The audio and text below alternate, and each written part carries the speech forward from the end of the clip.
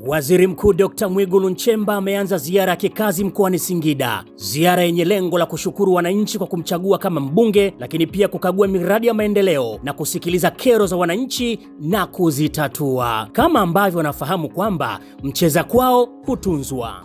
Lokonde ndolo lake na ngombe kwa muono mwilwa soli sonso nutemi wakwe soli sonso ni ngombe zakwe soli sonso. Akizungumza katika mkutano wa hadhara na wakazi wa kata ya Mgongo, halmashauri ya wilaya ya Iramba mkoani Singida, waziri mkuu ametoa ahadi ya kuwakabidhi gari la kisasa la wagonjwa, yani ambulance, ili liweze kuwasaidia katika swala zima la matibabu. Mheshimiwa diwani alisema gari la wagonjwa.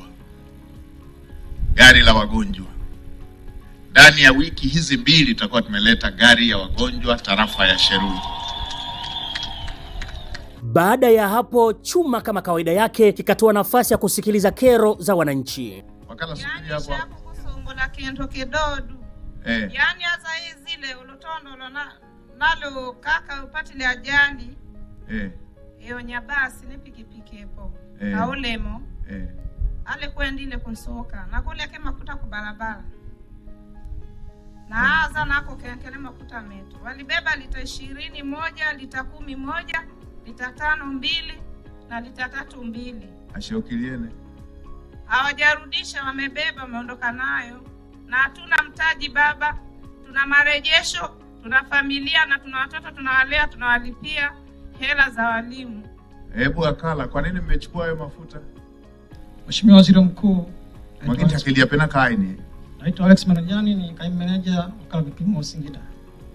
Kwa nini mlichukua mafuta ya wajasiriamali? Kulikuwa na changamoto pale ya ukaguzi, walienda pale siku ya tarehe 11 mwezi wa 6 kwa ajili ya ukaguzi wa kushtukiza.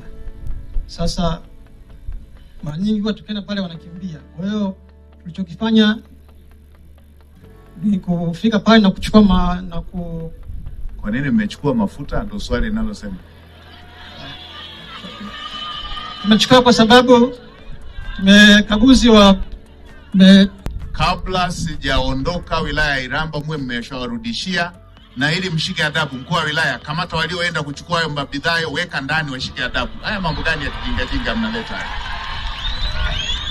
Kama ambavyo unafahamu kwamba waziri mkuu amekwisha weka wazi kwamba hapendezwi na kitendo cha wafanyabiashara kuchukuliwa bidhaa zao. Kwa nini mnaenda kuchukua? Huo ni mtaji. Dumu moja la mafuta ndo mtaji wake. Nyinyi mnachukuaje bidhaa? Na nimesema msikamate hata bakuli la maharage. Kwa nini mnaenda kuchukua mafuta ya wafanyabiashara?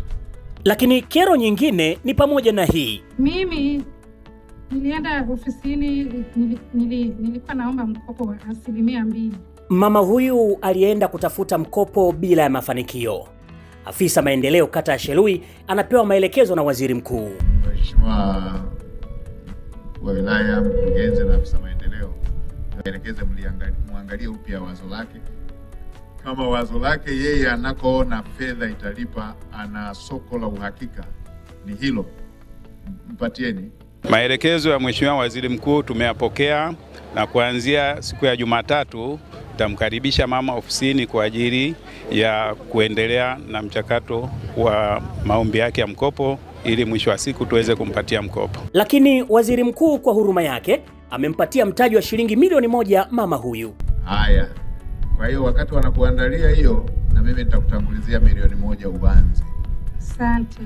Wote kwa pamoja wamesikilizwa na waziri mkuu ametoa maelekezo. Je, wanalipi la kumwambia Mheshimiwa Waziri Mkuu? Namshukuru sana Mheshimiwa Waziri Mkuu kwa kusikiliza kero yangu, lakini pia ameagiza nishughulikiwe